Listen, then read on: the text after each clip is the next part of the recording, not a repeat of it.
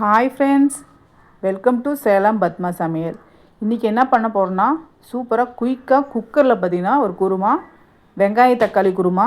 இது நம்ம வீட்டில் இருக்கிற பொருளே வச்சு சும்மா அட்டகாசமான டேஸ்ட்டில் இது இட்லி, தோசை, பூரி, சப்பாத்தி, பரோட்டா எல்லாத்துக்குமே செம்ம டேஸ்ட்டாக இருக்கும். பார்த்திங்கன்னா இந்த குருமா வைக்கும்போது இன்னும் இட்லி, தோசைலாம் ரொம்ப லைக் பண்ணி சாப்பிடுவாங்க. அந்தளவுக்கு டேஸ்ட்டு சூப்பராக இருக்கும். வாங்க வீடியோக்குள்ளே போகலாம். அதுக்கு முன்னாடி நம்ம சேனலை இப்போ தான் புதுசாக பார்க்குறீங்கன்னா சப்ஸ்கிரைப் பண்ணிக்கோங்க. பக்கத்தில் இருக்கிற பெல் பட்டனையும் கிளிக் பண்ணிக்கோங்க. இப்போ இதுக்கு மசாலா அரைக்கிறதுக்கு பாருங்கள், நான் அரை முடி அளவுக்கு தேங்காயை இந்த மாதிரி கீழே வச்சுருக்கேன், அதை சேர்த்துட்றேன். இது கூட 2 டேபிள் ஸ்பூன் பொட்டுக்கடலை,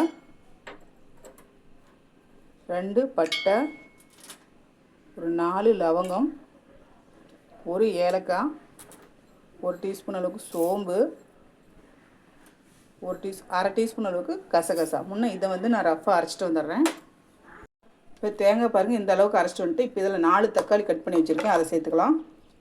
இப்போ இது கூட 2 டேபிள் ஸ்பூன் மல்லித்தூள், 1 டீஸ்பூன் அளவுக்கு மிளகாத்தூள். இப்போ இதை நைஸாக அரைச்சிக்கலாம் தண்ணி ஊற்றி. இப்போ பாருங்கள், குக்கர் வச்சுருக்கேன். ஒரு 2 டேபிள் ஸ்பூன் அளவுக்கு எண்ணெய் சேர்த்துக்கிறேன்.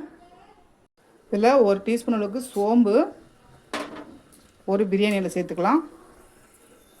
இப்போ இதில் நான் 2 பெரிய வெங்காயம் இந்த மாதிரி நீட்டமாக கட் பண்ணி வச்சுருக்கேன், அதை சேர்த்துக்கலாம். இது கூட கொஞ்சமாக கருவேப்பிலை, 2 பச்சை மிளகாய் கீரி வச்சுருக்கேன், அதை சேர்த்துட்டு இது வதக்கலாம். இப்போ வெங்காயம் பாருங்கள் ஓரளவுக்கு வதங்கிடுச்சு. நான் 1 டீஸ்பூன் அளவுக்கு இஞ்சி பூண்டு பேஸ்ட் வச்சுருக்கேன், அதை சேர்த்துட்டு அது பச்சை வாசனை போக வதக்கலாம். இப்போ நம்ம அந்த அரைச்ச தேங்காய் பேஸ்ட்டு சேர்த்துடலாம்.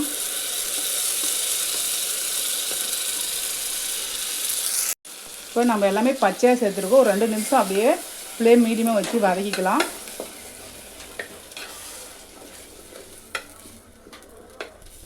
இப்போ பாருங்கள், இது வதங்கிருச்சு. இப்போ நான் தண்ணி சேர்த்துக்கிறேன். மிக்ஸியை அரைச்சிட்டு தேவையான அளவுக்கு தண்ணி சேர்த்துக்கலாம். இன்னும் கொஞ்சம் தண்ணி சேர்த்துக்கிறேன். இதுக்கு தேவையான அளவுக்கு உப்பு சேர்த்துக்கலாம்.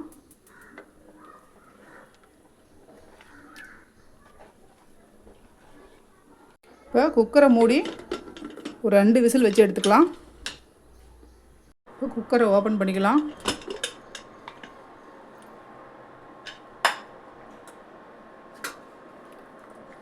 சூப்பராக நம்ம குருமா ரெடி ஆயிடுச்சு. இப்போ இதுக்கு மேலே நான்